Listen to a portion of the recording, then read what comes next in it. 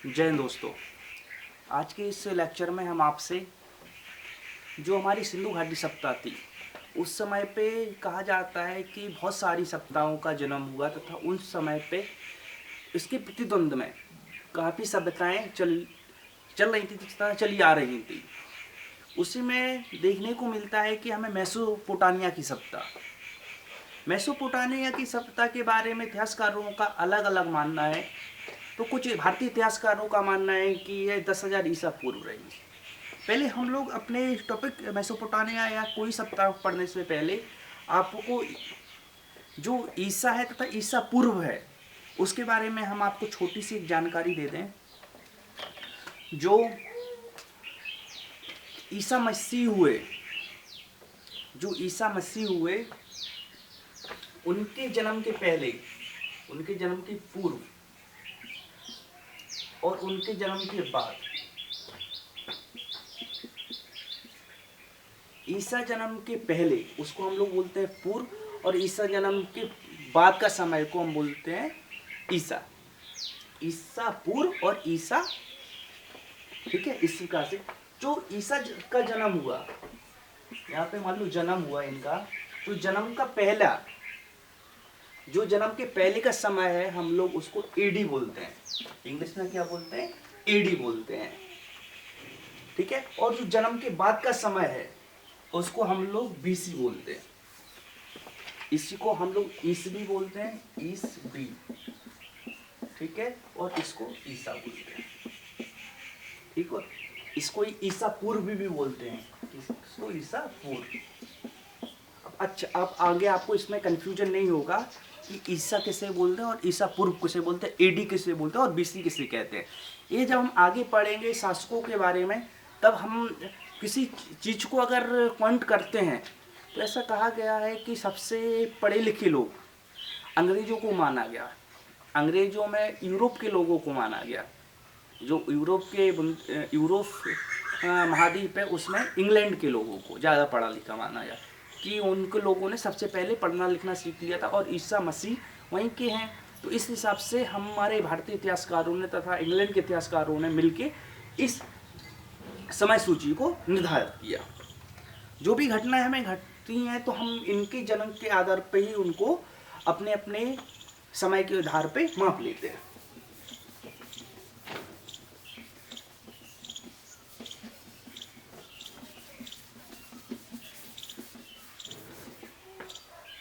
अब हम आपको लेके चलते हैं मेसोपोटामिया की सप्ताह।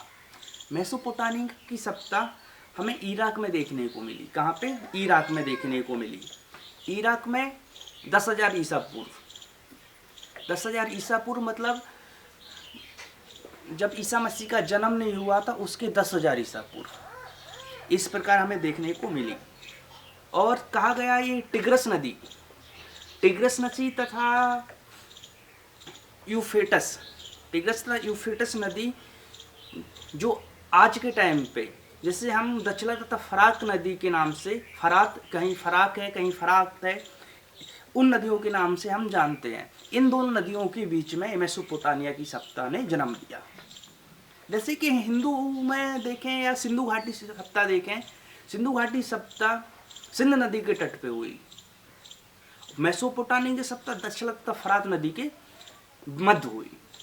जितनी भी हमें सभ्यता देखने को मिलते हैं वो कहीं ना कहीं नदियों पे ही निर्भर रही हैं। नदियों के द्वारा ही हमें उनकी जानकारी प्राप्त होती है। कहा गया है कि जो दक्षिण तथा फरात नदी है, जो सप्ताह थी, वहाँ की उपजाऊ भूमि सबसे ज़्यादा पाई गई। और जो अंग्रेज इतिहासकार रहे हैं उन्होंने अपनी पुस्तकों में जो हमारी हिंदू कहें या सिंध घाटी की सप्ताह कहें, सिंध घाटी की सप्ताह तथा हड़प्पा सप्ताह को ग्रामीण बताया, तथा मेसोपोटामिया के सप्ताह को उन्होंने शहरी सप्ताह या ग्रामीण नगरी सप्ताह के बारे में बताया। जब इस पर हम लोगों ने आगे खोज किया, जब हमें पता चला कि मेसोपोटामिया की से भी कई लाख गुना बेहतर सप्ताह हमारी सिंध नदी की सप्ताह तथा सिंध घाटी की सप्ताह रही। जो नियोजन व्यवस्था तथा व्यापार व्यवस्था, या हम देख लें वहाँ की नगर व्यवस्था या महल व्यवस्था या रहने की व्यवस्था, अन्नागार, सभागार, हवन कुंड मिलना या सभागार की प्राप्ति होना, यह सब कहीं ना कहीं हमें यह प्रतीत करती है कि उस समय के भी लोग कितने अच्छे जानकार थे तथा कितने अच्छे पढ़े लिखे थे। लेकिन हमें मेसोपोटामिया से पक्की ईंटें नहीं प्राप्त हुई, पक्के घर के हमें साक्ष्य नहीं मिले तथा स्नानागार नहीं मिले, अन्नागार नहीं मिले। तो हम एक इतिहासकारों ने कहीं ना कहीं तो त्रुटि की है कि कोई ना कोई सप्ताह को आगे बढ़ाना, किसी सप्ताह को कम करना। क्योंकि जब हम देखें कि 1921 में 1922 में जब खुदाई हुई, सिंधु घाटी सप्ताह की जानकारी धीरे धीरे लगी, तो उस समय पे भारत में अंग्रेजों का शासनकाल चल रहा था। तो अंग्रेज अपने आप को किसी भी प्रकार से अब झुका हुआ महसूस नहीं करना चाहते थे। इसलिए उन्होंने सिंधु घाटी हमारी सप्ताह को उन्होंने ग्रामीण सप्ताह के रूप में एक निकाल के हमें दिखाया। लेकिन जब 1947 में भारत आज़ाद हुआ, जब 1947 में भारत हमारा आज़ाद हो गया, जब भारतीय वैज्ञानिकों ने, भारतीय भूगर्भ वैज्ञानिकों ने, भारतीय इतिहासकारों ने मिलजुल के जब काम किया, तब वहाँ की सप्ताह, मेसोपोटामिया की सप्ताह तथा हमारे सिंधु घाटी सप्ताह को जब तौलने की कोशिश की, तो हमारी सिंधु घाटी सप्ताह ऊपर निकल गई और मेसोपोटामिया की सप्ताह नीचे रह गई। मेसोपोटामिया की सप्ताह में हमें 4 रूपों में देखने को मिलती है। सिमेरियन की सप्ताह, बेबीलोन की सप्ताह, सीरिया की सप्ताह और कैल्डिया की सप्ताह। कहीं कुल्डीवा की भी सप्ताह इसको ही पढ़ा जाता है। ठीक है, कहा जाता है कि जो ये सप्ताह थी यह बहुत प्राचीन रही तथा यहाँ पर झूलता हुआ बगीचा में बेबीलोन में देखने को मिलता है। कहाँ पे? बेबीलोन में हमें देखने को मिलता है। तथा कहा जाता है मेसोपोटामिया सप्ताह का अंत जब सिकंदर विश्व विजय की सोच से निकला सिकंदर, तो वह इसने मेसोपोटामिया सप्ताह का अंत कर दिया। यह कहाँ तक सत्य, कहाँ तक सही है, यह तो हमें आज तक मालूम नहीं चला। जैसे कि कई इतिहासकारों ने सिंधु घाटी सप्ताह थी जो हमारी, उनको आर्यों, ऐसा कहा गया कि आर्यों के आने से तथा आर्यों ने आक्रमण किया तो हड़प्पा सप्ताह का अंत हो गया। लेकिन जब इतिहास में हम अंदर देखते हैं तो हमें अलग अलग उसके बारे में जानकारी मिलती है। इस प्रकार मेसोपोटामिया की सप्ताह का जो ग्रामीण सप्ताह है या शहरी सप्ताह, इतिहासकारों ने इसके हमें अभी तक कोई सही साक्ष्य अभी तक पेश नहीं किए, ये सही है कि गलत है। इसके बाद हमें मिस्र की सप्ताह देखने को मिलती है। किसकी? मिस्र की सप्ताह हमें देखने को, इसके बारे में हमें जानकारी मिलती है। मिस्र की सप्ताह मिस्र की सप्ताह हमें देखने को जब खुदाई वगैरह हुई उसके बारे में हमें जानकारी मिलती है। और कहा गया है कि मिस्र की सप्ताह 2100 वर्ष पुरानी है। कितनी? 2100 ईसा पूर्व है। ईसा मसीह के 2100 वर्ष पहले की है। इस प्रकार हमें देखने को मिलती है। तथा यह मिस्र के, जो मिस्र देश है, वहाँ के रेगिस्तानों में हमें यह मिलती है। तथा इसको कहा गया कि ये नील नदी की किनारे बसी हुई थी। कहाँ पे? नील नदी के किनारे यह बसी हुई थी। और कहा गया है कि जो एक राजा हुआ फ्रॉन के नेतृत्व में यह सप्ताह का उजागर हुआ, मतलब यह उत्पन्न हुई कि मतलब किसी के नाम से कोई वंश चल जाना। इस प्रकार फ्रॉन के नेतृत्व में मिस्र सप्ताह का शुभारंभ हुआ या फिर आरंभ हुआ। इस सप्ताह के जो प्रमुख चीज़ें हैं वह हमें इतिहास में हमसे कई बार पूछी जाती हैं। जैसे कि यहाँ के पिरामिड, कहा गया है कि ऐसे पत्थरों को जोड़ के, ऐसे पत्थरों को ले जाके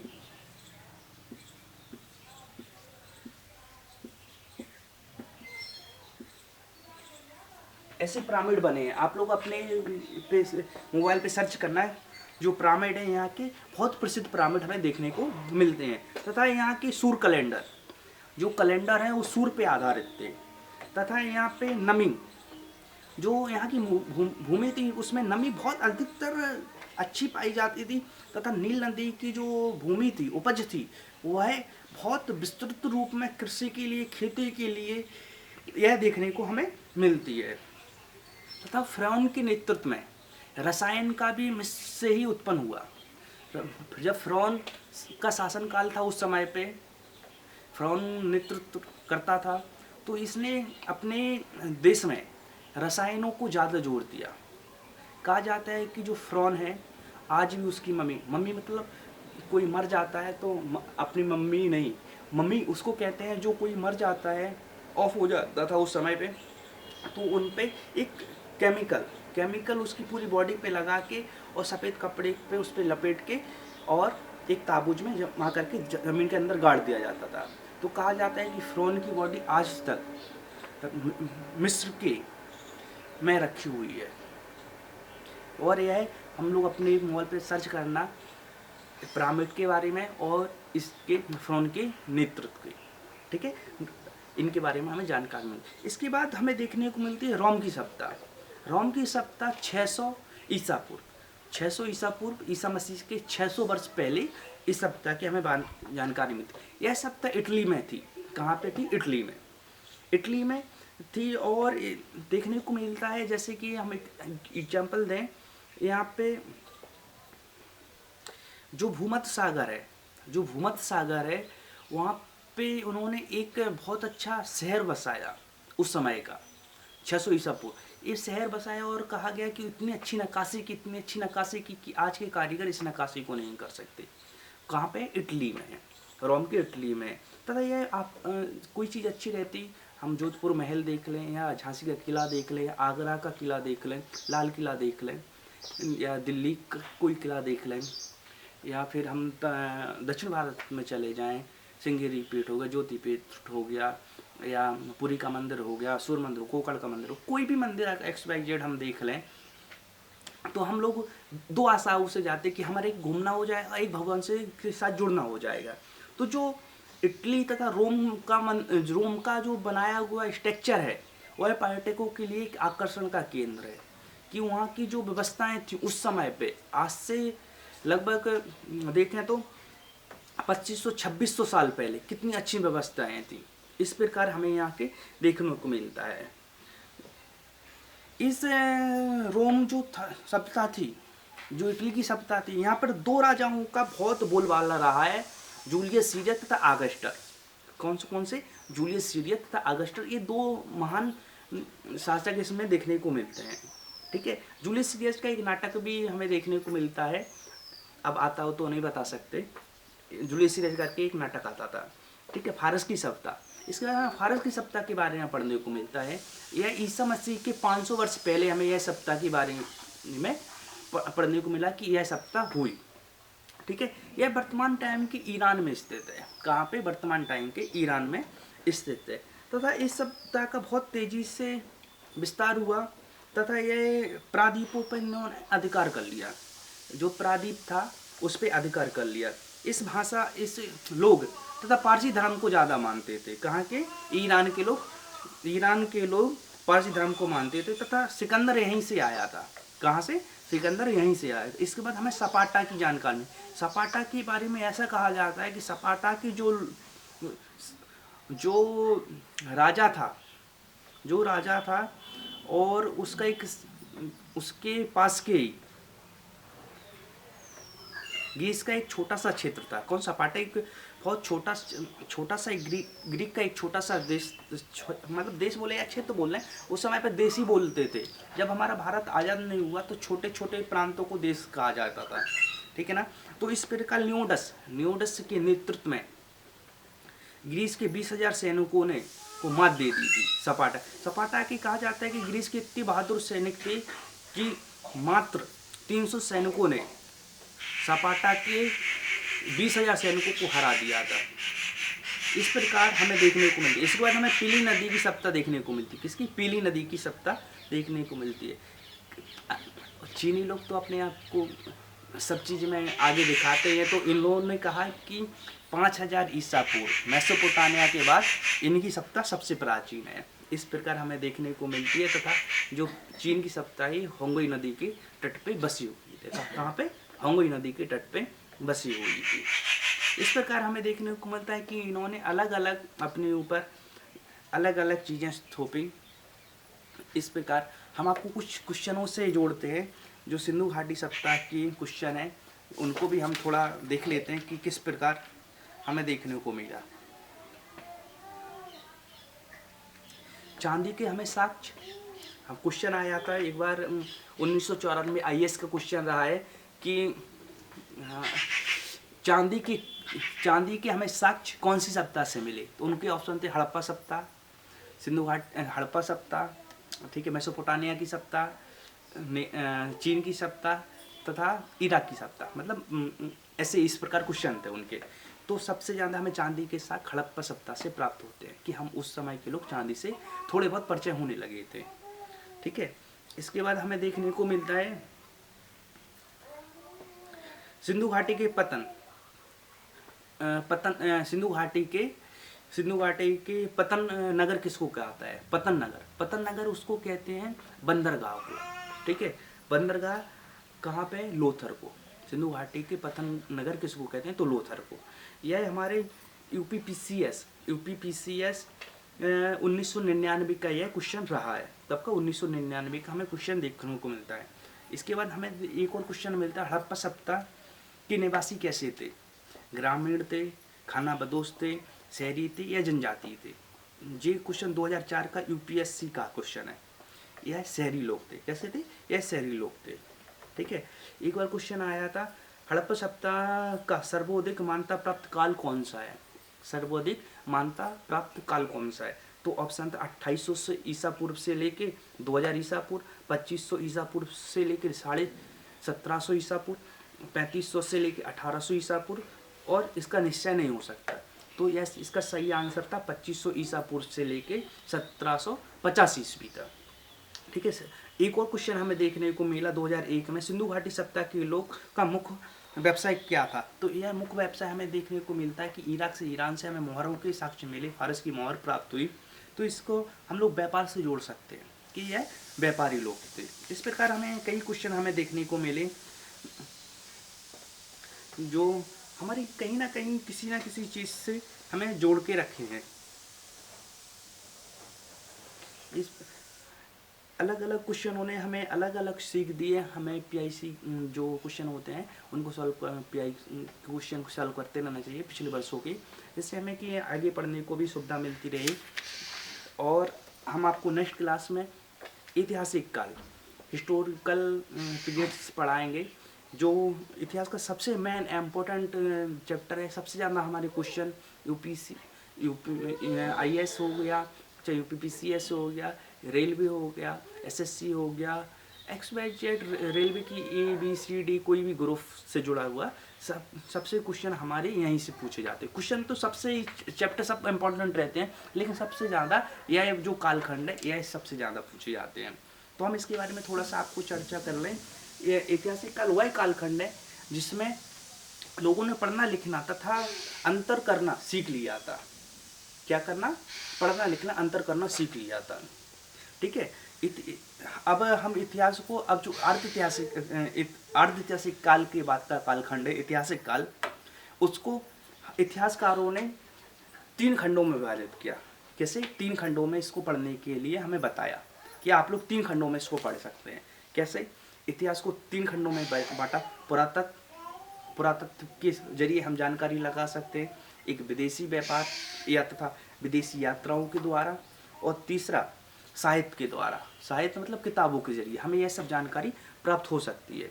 पुरातत्व को भी 2 खंडों में विभाजित किया, सिक्का अभिलेख और विदेशी यात्री क्या जो विदेशी लोग आए हैं, फरेंगे आए, इनकी जो किताबें हैं उनके जरिए हमें पता चला।